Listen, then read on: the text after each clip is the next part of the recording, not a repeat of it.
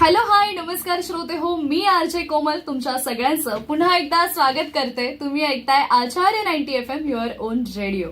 श्रोते हो, जसं की तुम्हाला कल्पना आहे, आपण नेहमीच आपल्या स्टुडिओमध्ये विविध क्षेत्रातील अनेक मंडळींना आमंत्रित करत असतो. त्यांच्याकडून त्यांच्या लाईफ विषयी, त्यांच्या जर्नी विषयी आणि ते कार्यरत असलेल्या क्षेत्राविषयी जाणून घेत असतो, अनेक गोष्टींची माहिती करून घेत असतो. तर आज मला खरं तर अतिशय आनंद होतोय, कारण आज माझ्यासोबत आपल्या स्टुडिओमध्ये आपल्या आचार्य 90 FMचा किंवा आपल्या NJ आचार्य DK मराठी कॉलेजचाच एक भाग असणारे अमोल सर आहेत. अमोल सरांबद्दल सांगायचं झालं तर अमोल दळस असं त्यांचं नाव आहे आणि आचार्य कॉलेजमध्येच म्हणजे आपल्या NJ आचार्य DK मराठी कॉलेजमध्येच त्यांचं शिक्षण पूर्ण झालेलं आहे.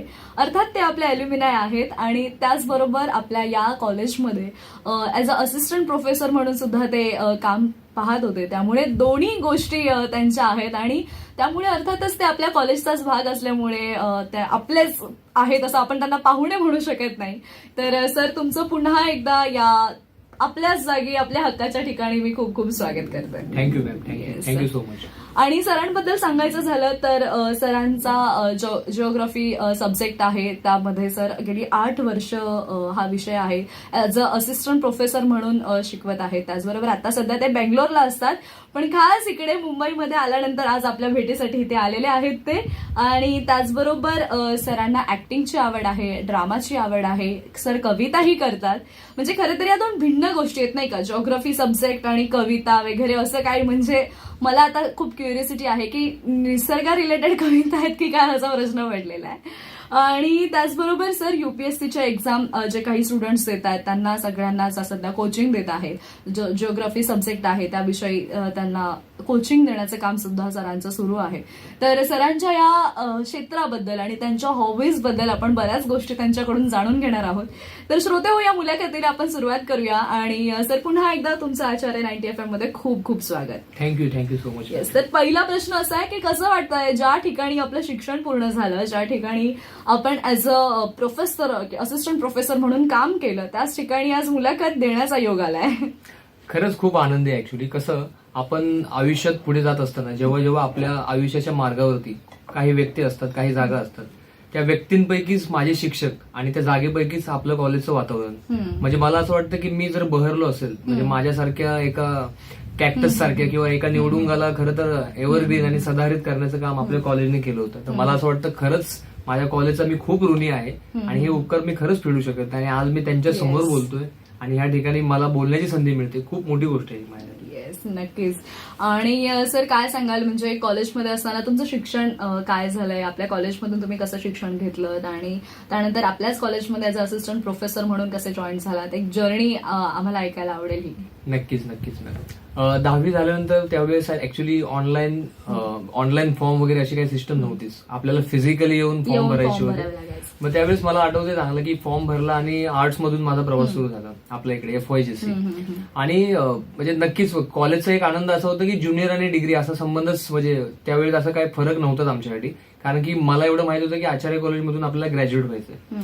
आणि मग 12वी झाल्यानंतर सुद्धा इन हाऊस मधून ऍडमिशन मिळालं आणि माझा विषय जिओग्राफी होता. त्यावेळेस मला असं वाटतं की मला इतर शिक्षकांनी सुद्धा खूप सहाय्य केलं.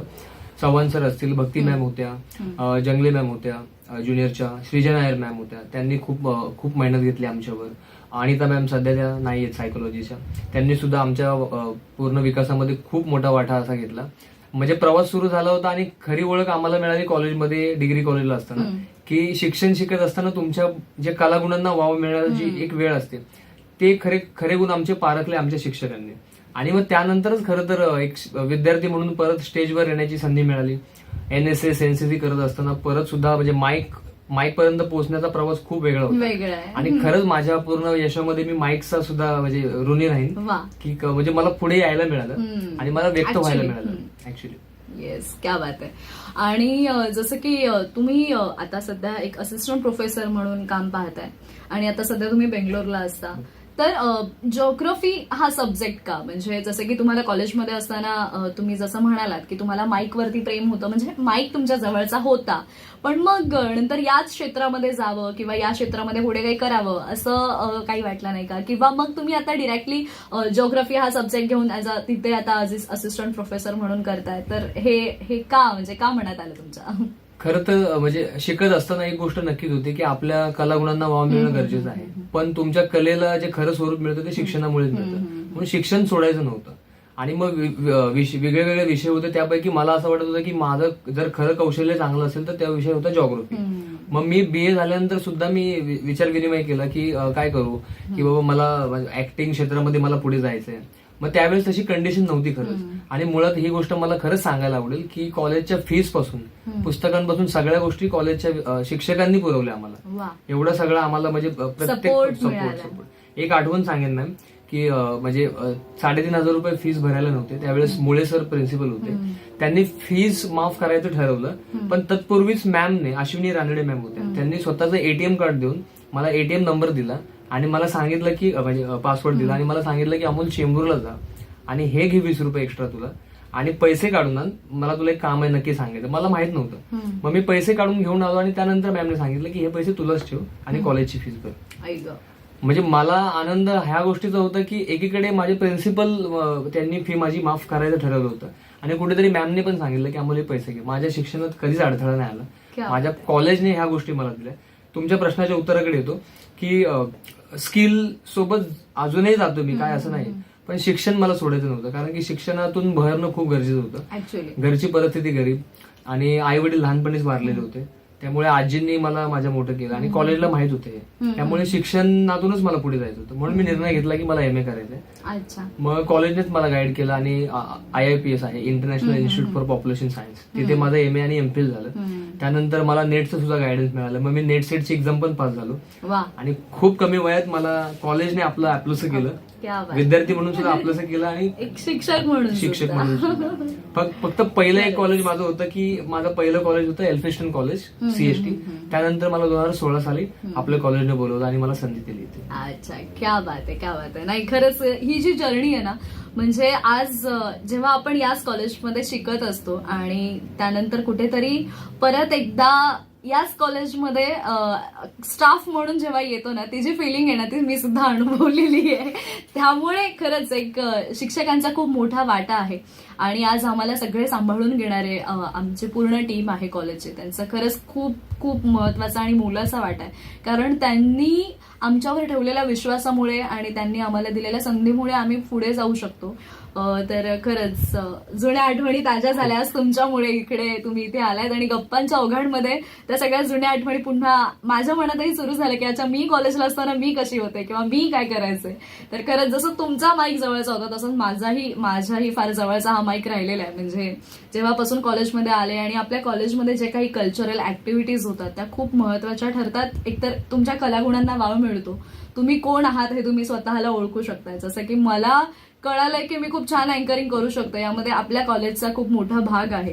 आणि जो माझ्यावर विश्वास ठेवला आणि जे मला 3 वर्ष सलग जी संधी दिली आहे अँकरिंग करायची, त्यामुळे कदाचित आज खूप पुढे जाताना या सगळ्या गोष्टी येतात, या सगळ्या गोष्टी खूप मॅटर करतात. येस. तर आता तुम्ही ऍक्टिंग जसं म्हणालात की त्याही क्षेत्रात आवड आहे, ड्रामा क्षेत्रामध्ये आवड आहे. तर कधी असे पथनाट्य किंवा असे काही करण्याचा योग आलाय, कधी केले? खूप वेळा कॉलेजमध्ये असताना खरं तर NSS मध्ये होतो आणि मला चांगलं आठवतंय की वेगळे विषय होते. म्हणजे अंधश्रद्धा असेल किंवा रोगराई असेल, अशा वेगळ्या खूप विषयांवरती आम्ही नाटकं बसवली, पथनाट्य केली आणि दोन आमचे प्रोजेक्ट होते, एक तर घाटला आणि एक शताब्दी हॉस्पिटल. मग रुग्णांसाठी आम्ही सुद्धा वेगवेगळ्या हेल्थच्या विषयावरती आम्ही चांगली पथनाट्य बसवली होती आणि खूप चांगल्या गमती जमती होत्या. मुळात म्हणजे मला एक गोष्ट चांगली माहिती होती की माझा टायमिंग आणि कॉलेजमध्ये महत्वाचा आहे तो खूप जास्त, खूप टायमिंग. आणि सगळ्यात मोठी गोष्ट अत्यंत बडबड स्वभाव. मला शिक्षक थांब बोलायचे थांब. मग कॉलेजमध्ये असताना खूप सारी नाटकं बसवली आणि मुळात तुम्हाला खरं सांगू, नाटकात पथनाट्यात ऍक्टिंग करणं ह्या सोबतच आणि वेगवेगळ्या विषयांना कलाटणी पण मिळत गेली. मग त्यातून त्या गाभ्यातून आम्ही लिहित गेलो. मग त्यानंतर आणि खरं सांगू नाटकातूनच नंतर मी कविता लिहायला लागलो. वा, क्या बात आहे. म्हणजे अजून एक गुण तुमच्यामध्ये होता दडलेला, तो तुम्हाला त्यामुळे कळलाय. नक्की. येस. पण मग तुम्ही कविताही करताय, तर तुम्ही केलेल्या काही कविता ऐकायला आम्हाला नक्की आवडतील. नक्की सांगू शकतो. येस. माझी सगळ्यात पहिली आणि आवडती कविता होती वाळवंटात. म्हणजे मुळात तुम्हाला बघा म्हंटल की नाही जॉग्राफीचे शिक्षक आहेत, हा विषय इकडे येणार. तर बघा वाळवंट आलेले अजून काय काय येते बघूया. बघूया ठीक आहे. माझी सगळ्यात आवडते मॅम कविता ही. ह्या कवितेमुळे मला खरंच खूप चांगली ओळख मिळाली आणि जवळपास 7 कॉलेजेसमध्ये मला ह्या कवितेमुळे पहिलं प्राइज मिळालं. वा क्या बात आहे. तर ती कविता मी प्रेझेंट करतो. कवितेचं नाव आहे वाळवंटात. तर ती सुरुवात मी अशी केली होती. वाळूने गजबजलेल्या वाळवंटात मी कमळ शोधत चाललो होतो. वाळूने गजबजलेल्या वाळवंटात मी कमळ शोधत चाललो होतो. माझ्या तरुण मनाच्या पाकळ्या मात्र मी हरवत चाललो होतो. अथांग पसरलेल्या अशा वाळवंटात मी पाऊस शोधत चाललो होतो. अथांग पसरलेल्या अशा वाळवंटात मी पाऊस शोधत चाललो होतो. पण त्याचे थेंब मात्र मी माझ्या डोळ्यांमधूनच वेचत चाललो होतो. वाळूने गजबजलेल्या वाळवंटात मी समुद्र शोधत चाललो होतो. वाळूने गजबजलेल्या वाळवंटात मी समुद्र शोधत चाललो होतो. माझ्या हृदयाच्या डबक्यात मात्र मी एकटाच बुडत चाललो होतो. आणि शेवटी पिवळसर अशा वाळवंटात मी हिरवीगार तुळस शोधत चाललो होतो. पिवळसर अशा वाळवंटात मी हिरवीगार तुळस शोधत चाललो होतो. पण खरंच अथांग पसरलेल्या अशा वाळवंटात मी फक्त काटेरी निवडुंगाशीच बोलत चाललो होतो. मी फक्त काटेरी निवडुंगाशीच बोलत चाललो होतो. वा क्या बात आहे. खरंच कमाल कमाल कविता आहे. म्हणजे आणि ही कविता तुम्ही जेव्हा सुरुवात केली लिहायला तेव्हा ही कविता लिहिलेली हो, आहे. हो, हो. क्या बात आहे. म्हणजे फार तर काय आपण जेव्हा सुरुवात करतो तेव्हा आपले शब्द कुठेतरी तुटके मुटके असतात. आपण काहीतरी आपलं रायमिंग आपलं यमक बऱ्याच वेळाला जुळून येत नाही किंवा बऱ्याच काही गोष्टी असतात. पण एखादा कवी जेव्हा खूप साऱ्या कविता लिहिल्यानंतर त्याला जे काही सुचतं ते यांना अमोल सरांना मला असं वाटतं सुरुवातीला सुचलेलं आहे. त्यामुळे ते फार कमाल आहे. आणि खरंच यू डिझर्व 7 अवॉर्ड्स तुम्ही घेतलेले आहेत या कवितेसाठी. तर खरंच कमाल आहे. आणि म्हणाले होते जसं जॉग्राफी हा त्यांचा सब्जेक्ट आहे तसं त्या कवितेमध्ये वाळवंट निवडुंग सगळे जॉग्राफिकल सब्जेक्ट तर आलेलेच आहेत. क्या बात आहे. खरंच जोक्स पाठ खरंच खूप सुंदर कविता आहे. आणि सर त्याचबरोबर आता तुम्ही युपीएससी किंवा अशा ज्या मोस्टली अशा एक्झाम्स असतात त्या एक्झाम्सच्या स्टुडंट्सना सुद्धा ट्रेन करताय. तर अशा विद्यार्थ्यांना ट्रेन करताना कोणत्या गोष्टींची म्हणजे कशा गोष्टी तुम्ही कोणत्या गोष्टींचा वापर करता. कारण की बऱ्याच वेळेला असं होतं की सगळ्यांचं असं म्हणणं असतं की कॉम्पिटिटिव्ह एक्झाम देताना आपल्याला जनरल नॉलेज असणं फार गरजेचं आहे. तर या जनरल नॉलेजच्या व्यतिरिक्त तुम्ही ऍज अ प्रोफेसर म्हणून त्या मुलांना कसं मार्गदर्शन करता. नक्कीच मॅम. म्हणजे मुळात मी जेव्हा सुरुवात केली होती माझ्या अभ्यासाची मला एक गोष्ट कळाली की तुमच्याकडे जे ज्ञान आहे त्याला तुम्ही परिपूर्ण समजू नका. तुम्हाला ते ज्ञान अजूनही मिळवायचं. फुल स्टॉप हा नसावाच अभ्यासामध्ये. कॉमत असावं प्रत्येक वेळी, अर्धविरामच असावा. ज्ञान घेत जावं. माझ्या विद्यार्थ्यांच्या बाबतीत मी जेव्हा माझं एज्युकेशन पूर्ण केलं, आता कालच माझी एक्झाम झाली एसीबीची आणि नक्कीच सर्वांच्या आशीर्वादाने मी सुद्धा होईल. मग माझ्या विद्यार्थ्यांना मी जेव्हा शिकवतो माझा विषय जॉग्राफीमुळे, मग विषय जॉग्राफी आणि विषय तुमचा सायन्स असेल, विज्ञान असेल आणि तुमचा भारतीय राज्यघटना असेल किंवा भारतीय इतिहास असेल, कोणताही विषय असेल, माझ्याकडून एकच गोष्ट मी मुळात सांगेन की तुम्ही सुरुवात करताना तुमच्या वैयक्तिक नोट्स तुमच्या स्वतःच्या म्हणजे प्रत्येक वेळी काय होतं आपण एका ऑथरवरती डिपेंड राहतो. ऑथरने प्रगल्भ अभ्यास करून त्याचं पुस्तक लिहिलेलं असतं. त्याच्या नोट्स वापरत असताना आपण स्वतः आपल्या अँगलने नोट्स तयार करणं, रेग्युलर राहणं, सातत्य ठेवणं. त्याबरोबरच जर विद्यार्थी आताही कॉलेजमध्ये असतील त्यांनी त्यांचा अकॅडमिक अभ्यास सांभाळून दिवसभराचे 2 तास स्पर्धा परीक्षांसाठी देणं खूप गरजेचं आहे. दुसरी गोष्ट, आपल्या आजूबाजूला काय घडतंय. आता ओडिसामध्ये ट्रेनचा अपघात झाला, रेल्वे अपघात आहे किंवा सध्या इस्रोने एक नवीन आपलं सॅटेलाइट लॉन्च केलं. ह्या साध्या गोष्टी असतात. किंवा आज जागतिक पर्यावरण दिन, एन्व्हायरमेंट डे आहे आज. मग याची सुरुवात कशी झाली किंवा ह्या सगळ्या बेसिक गोष्टी लिहित असताना आपल्याला पुन्हा शून्यातून सुरुवात करावी लागते. म्हणजे कोणत्याही प्रश्नाचं उत्तर हे एक असूच शकत नाही. त्याचे 4ही बाजूनी तुम्ही अँगल करावा लागतो. आता राहिली गोष्ट जर स्पर्धा परीक्षा तुम्ही म्हणत असाल, हे सध्या जवळपास युपीएससी मध्ये 10 ते 12 लाख मुलं दरवर्षी अप्लाय करतात. तुम्ही जर एमपीएससीचं म्हणाल तर 3.5 ते 4 लाख मुलं दरवर्षी अप्लाय करतात. जागा असतात फक्त 300 किंवा 400. म्हणूनच याला स्पर्धा परीक्षा हे नाव दिलेलं आहे. आणि मी ह्याला असं म्हणणार नाही की ही ऍक्च्युअली सिलेक्शन अशी परीक्षा आहे. ही रिजेक्शनची परीक्षा आहे. तुम्ही जेव्हा चाळणी परीक्षेमधून जाता, प्रिलिमिनरी असते, त्यावेळेस तुमचा जवळपास एकच 12 अशी मुले निवडतात. एका पोस्टसाठी 12. मग एवढ्या लाखो मुलांमधून तुम्हाला पहिल्या 12 मध्ये यायचं एका पोस्टसाठी, तर तुम्हाला खरंच डेडिकेशन देऊन अभ्यास करणं गरजेचं आहे. तुम्हाला तुमच्या आवडीनिवडी असतील जपावेच लागतील, पण याचा अर्थ असाही होत नाही की तुम्ही तुमच्या आवडीनिवडीमध्ये 10 तास तुम्ही वाया घालवाल. बरोबर. मग तुम्हाला डेडिकेशन देऊन लायब्ररीमध्ये राहून सातत्याने अभ्यास करून वेगवेगळ्या विषयांचे ऑथर तुम्ही जमा करायला हवेत. ऑथेंटिकेट इन्फॉर्मेशन तुम्हाला घ्यायला हवी. नेट जेवढा तुम्ही वापरताय त्यापैकी म्हणजे मला असं वाटतं की इंस्टाग्राम, युट्यूब, सोशल मीडिया प्रत्येकाला आवड असते. त्याच्यातीलच काही वेळ वापरून तुम्हाला ऑथेंटिकेट इन्फॉर्मेशन जमा करायची.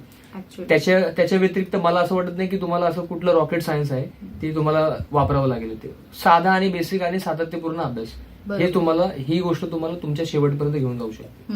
नाही खरंच आहे, कारण बऱ्याच वेळेला काय होतं की लोक अगोदरच घाबरून जातात की मी कॉम्पिटेटिव्ह एक्झाम देतोय, मला खूप अभ्यास करायचा आहे किंवा या सगळ्या गोष्टी.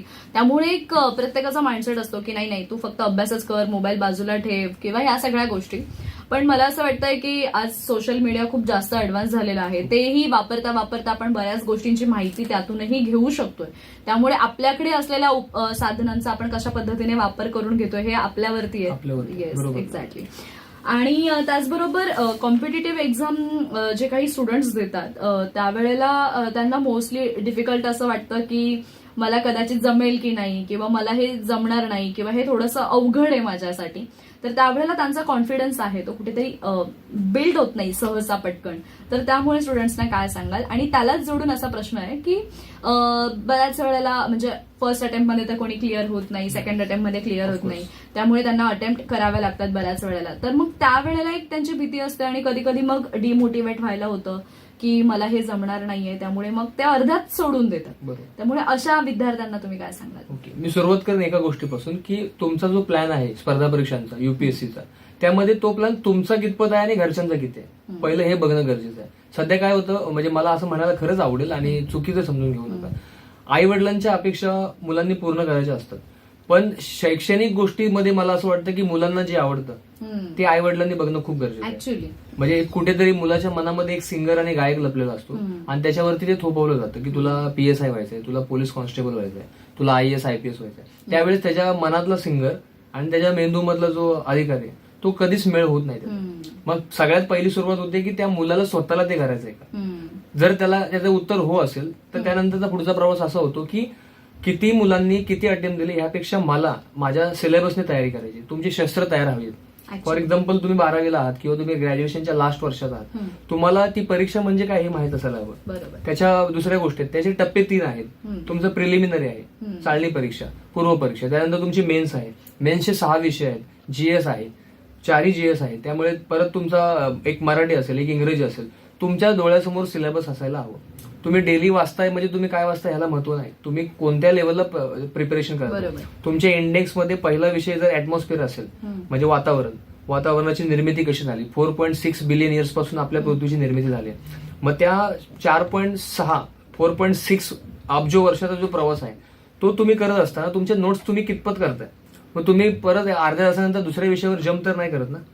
असं होतं कधी कधी एक विषय वाचत असताना दिवसभरात आपल्याला त्रास होतो की बाबा मी सकाळपासून भूगोलच वाचतोय, सकाळपासून मी हेच विषय वाचतोय. तसं न होता तुमचा प्लॅन असायला हवा. आणि तो plan, I am sorry to say that, एका दिवसाचा नसावा. तो तुमचा प्लॅन कमीत कमी 2 वर्षाचा असायला हवा. बरोबर. आणि फक्त द्यायचा आहे म्हणून अटेम्प्ट देऊ नये. नाही तर मला असं वाटतं की मग परत आपलं काय होतं, माझा एक अटेम्प्ट गेला आणि युपीएससीला तर लिमिटेड अटेम्प्ट आहेत, तुमचे 7 अटेम्प्ट आहेत, काही लोकांना 5 आहेत. आणि आपल्या कॅटेगरीमधून तुम्ही अनलिमिटेड अटेम्प्ट देऊ शकता, पण त्याला पण एक मर्यादा असते. अटेम्प्ट आहेत म्हणून ते एक्झॉस्ट करायचे नाहीत. तर मला असं वाटतं परिपूर्ण प्रिपरेशन करून सिलेबस म्हणजे आपली शस्त्र तयार ठेवावी. तुमचा कच्चे दुवे काय आहेत, तुम्ही ऑनलाईन जसं मॅम तुम्ही म्हणालात की युट्यूबमध्ये तुम्ही एकही विषय असा नाही की तुम्ही सर्च करू शकत नाही. तुम्ही कोणतीही इन्फॉर्मेशन टाका, त्याच्यामध्ये तुम्हाला उत्तरं मिळणारच आहे. मग तुम्ही तुमचे जे कच्चे दुवे तुम्ही 2 लिस्ट करा की बाबा I am good in this subject, I am not good in that subject. तुम्ही अनालिसिस करा, प्रिव्हियस इयर्स क्वेश्चन पेपर तुम्ही अनालाइज करा. त्यानंतर तुम्हाला त्या क्वेश्चन्स पेपरमधून जर तुम्हाला कळलं, तुमच्या शिक्षकांना भेटा. फॉर एक्झाम्पल तुमचे जॉग्राफीचे टीचर आहेत, त्यांना विचारा की मी अजून डिस्क्रिप्टिव्ह आन्सर्स कसे लिहू शकतो. कारण की प्रत्येक वेळी MCQ, I am sorry to say one more thing, मुलांना असं वाटतं की ABCD इथून सुरुवात होते की मुलांना वाटतं एक प्रश्न आहे आणि ABCD, त्याच्या पलीकडे स्पर्धा परीक्षा. आता एवढी स्पर्धा वाढलेली आहे की तुम्ही एक प्रश्न जर वाचला त्या खाली 4 ऑप्शन असतात आणि त्यानंतर 4 पर्याय असतात की वरीलपैकी अ आणि ब, वरीलपैकी क आणि ड, वरीलपैकी अ ब क ड.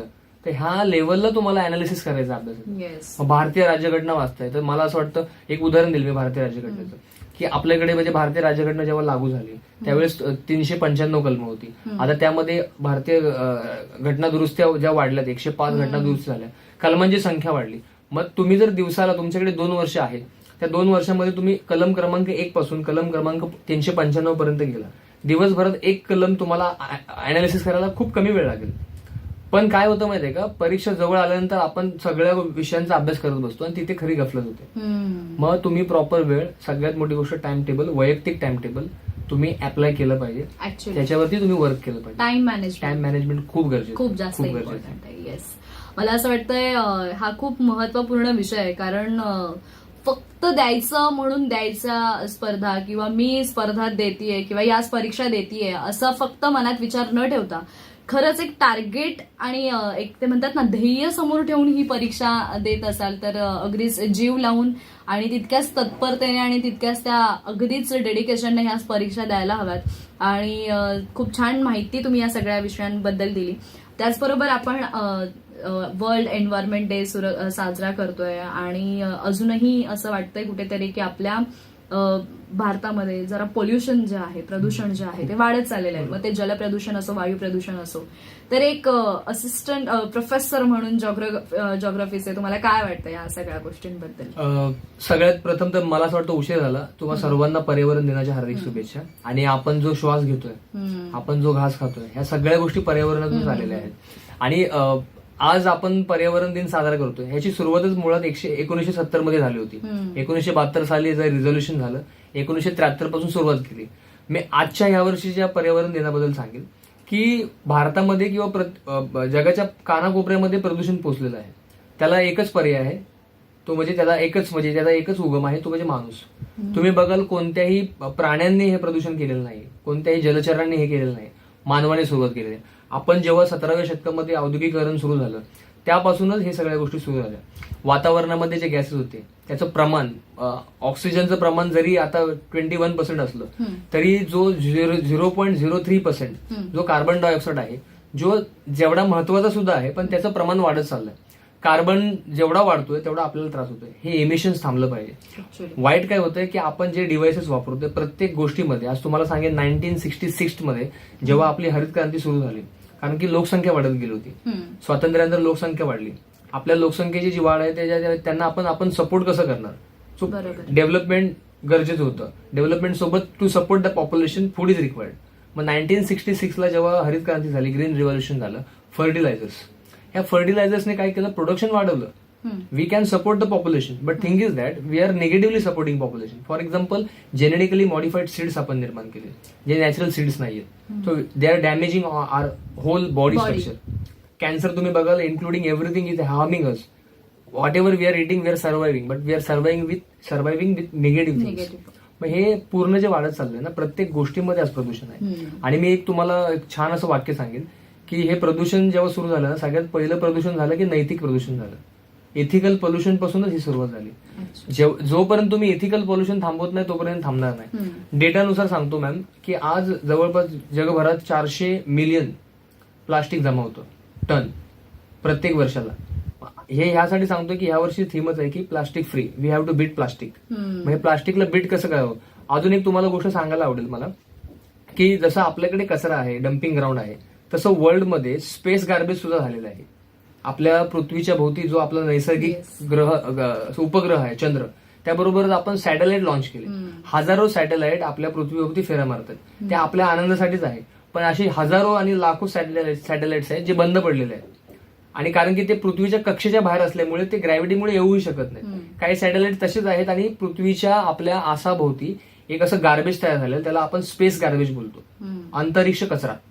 तो सुद्धा साफ करायची गरज आहे मॅम. कारण की तिथून आपल्याला जे पोषक वातावरण रेडिएशन येतं त्यामध्ये आपल्याला अल्ट्राव्हायोलेट रेज आहेत. ह्या गोष्टी सगळ्या पृथ्वीपर्यंत पोहोचायला खूप वेळ लागतो. आणि त्यातल्या पोषक गोष्टी ज्या आहेत त्या आपल्याला मिळतात. पण गंमत अशी आहे की ग्रीन हाऊस इफेक्ट आहे, कार्बन एमिशन जे होतं, सल्फर एमिशन आहे, ऍसिड रेन तुम्ही बघितलं असेल, पॉल्युशन होतंय. आपण ज्या इंडस्ट्रीमधला हजार्डस वॉटर डायरेक्टली रेन आपण रिव्हरमध्ये सोडतोय. तुम्ही किती जरी गंगा क्लीन प्रोजेक्ट आणला, तुम्ही किती जरी यमुना क्लीन प्रोजेक्ट आणला, तरी ह्या ज्या पवित्र नद्या आहेत त्यांना पवित्र राखणं खूप अवघड होऊन बसलंय. कारण की आपल्याकडे सोल्युशन नाही. आपण जे आपल्याकडे जे वॉटर लाईक कंटेमिनेटेड वॉटर आहे त्याला आपण कुठल्या प्रकारे आपण त्याला हे करतोय, सेग्रिगेट करतोय. ते सेग्रिगेशन करण्याच्या ज्या आहेत ना प्रोसेस, ज्या बाहेरच्या डेव्हलप कंट्रीमध्ये आहेत त्यांच्याकडे पण कमी प्रमाणात आहेत. आपल्याकडे सोल्युशन नाही ना.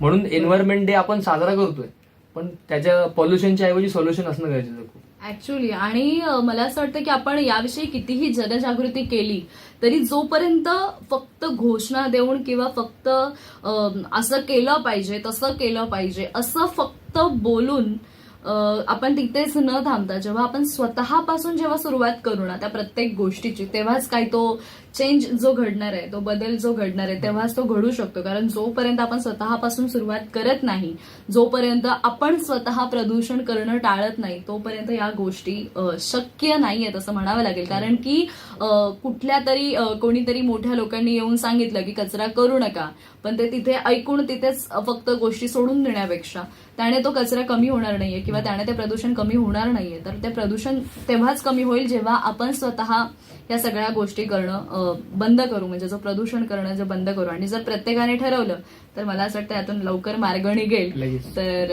ही एक गोष्ट आहे. आणि आज खरं तर बऱ्याच गोष्टींविषयी माहिती दिली तर श्रोत्यांनाही आजची जी मुलाखत आहे ती थोडीशी इंटरेस्टिंग वाटत असेल, कारण की तुम्हाला बऱ्याच गोष्टींविषयी माहिती मिळते. आपण 3 क्षेत्रांविषयी एकत्रितपणे जाणून घेत आहोत की सगळ्यात पहिल्यांदा तर सरांनी युपीएससी एमपीएससीचे जे स्टुडंट आहेत त्यांच्याविषयी त्यांचा अभ्यास करताना कसं आपण काळजी घेतली पाहिजे याविषयी सर सांगत होते.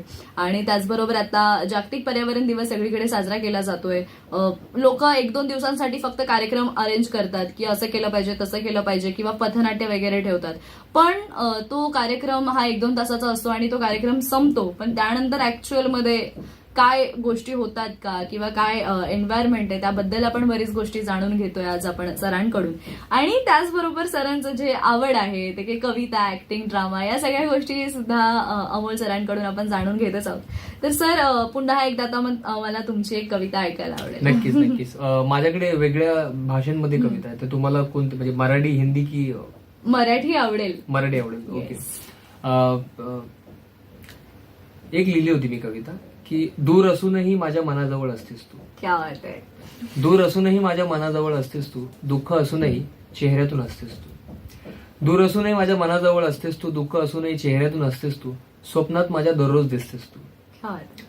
स्वप्नात माझ्या दररोज दिसतेस तू, माझ्या स्वप्नातील राजवाड्यात येऊन बसतेस तू. आहा. माझी आवड आहेस तू, माझी आवड आहेस तू, माझ्या मनाची एक सुंदर अशी निवड आहेस तू.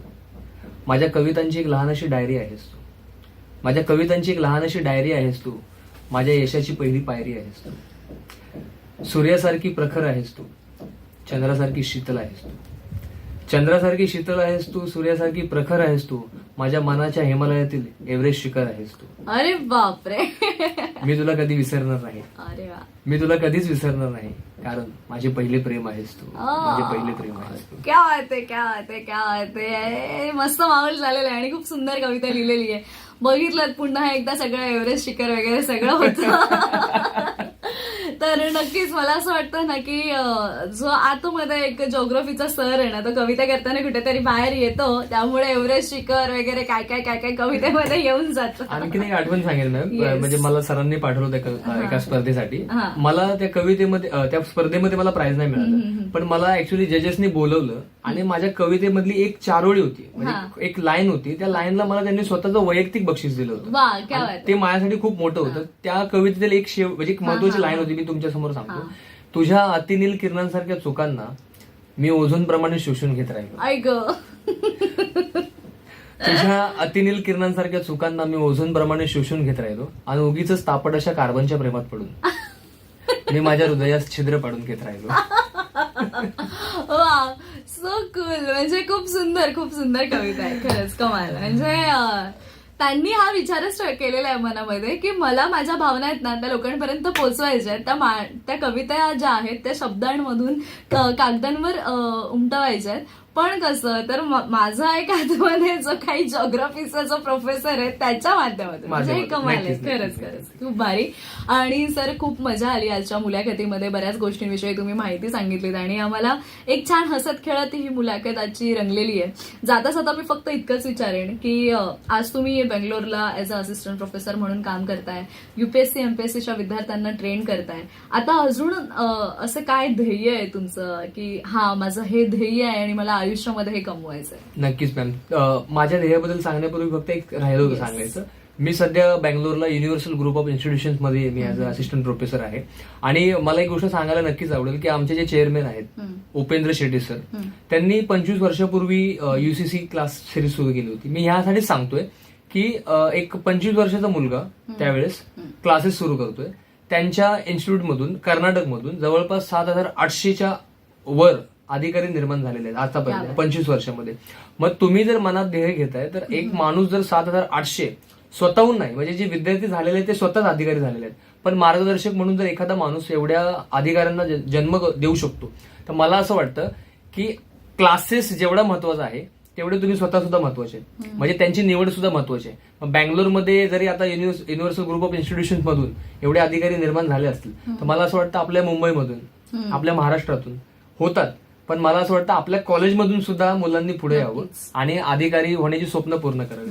आणि तुम्ही विचारलेल्या प्रश्नाचं एक उत्तर मला द्यायला नक्कीच आवडेल की इथून पुढचं प्लॅनिंग एवढंच असेल मॅम की आयुष्य जगत असताना तुम्ही किती जरी पैसा कमवला, तुम्ही म्हणजे किती जरी मोठ्या पदावर गेलात आज प्राध्यापक म्हणून किंवा कोणतंही पद असेल ते, शेवटी आपल्याला एक घर, एक संसार असतो, एका लाईफ पार्टनरची गरज असते. आय थिंक बरोबर आलो मी पण. मला असं वाटतं की खरंच सुखी आणि समाधानी राहावं माणसाने. तुम्ही माझ्याबद्दल जर मला विचाराल नक्कीच, माझा शोध अजूनही चालू आहे. अच्छा.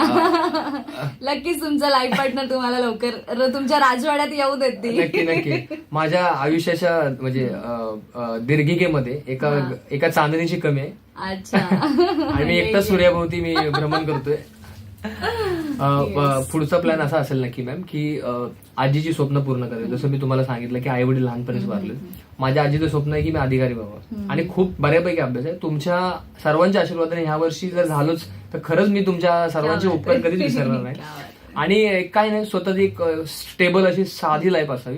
आणि मला असं वाटतं खरंच मला माझ्या मुंबईमध्ये परत यायचं. मला मुंबई जे आहे ना, मुंबईच आहे. Mumbai is waiting for you actually. नाही, नक्कीच तुमची जी काही स्वप्न आहेत ती लवकरात पूर्ण होऊ देत. आणि ज्या तत्परतेने, ज्या डेडिकेशनने तुम्ही या सर्व स्पर्धा परीक्षा दिलेल्या आहेत त्या लवकरच त्याचं फळ जे आहे ते तुम्हाला लवकरच मिळो. आणि त्याचबरोबर अजून एक जी विश तुम्ही बोलून दाखवलीत तर तीही लवकरच पूर्ण हो. तुमची चांदणी लवकरच तुमच्याकडे येऊ. Thank you ma'am. आणि एकंदरीत आजची ही मुलाखत, आज अमोल दळस आपल्यासोबत आपल्या या आजच्या मुलाखतीमध्ये जोडले गेले होते आणि खूप सुंदर अशी आजची ही मुलाखत झाली. अतिशय अभ्यासपूर्ण, माहितीपूर्ण आणि त्याचबरोबर मनोरंजन करत, हसत खेळत ही आजची मुलाखत रंगली. तर श्रोते हो, ही आजची मुलाखत तुम्हाला कशी वाटली या प्रतिक्रिया आम्हाला कळवायला विसरू नका.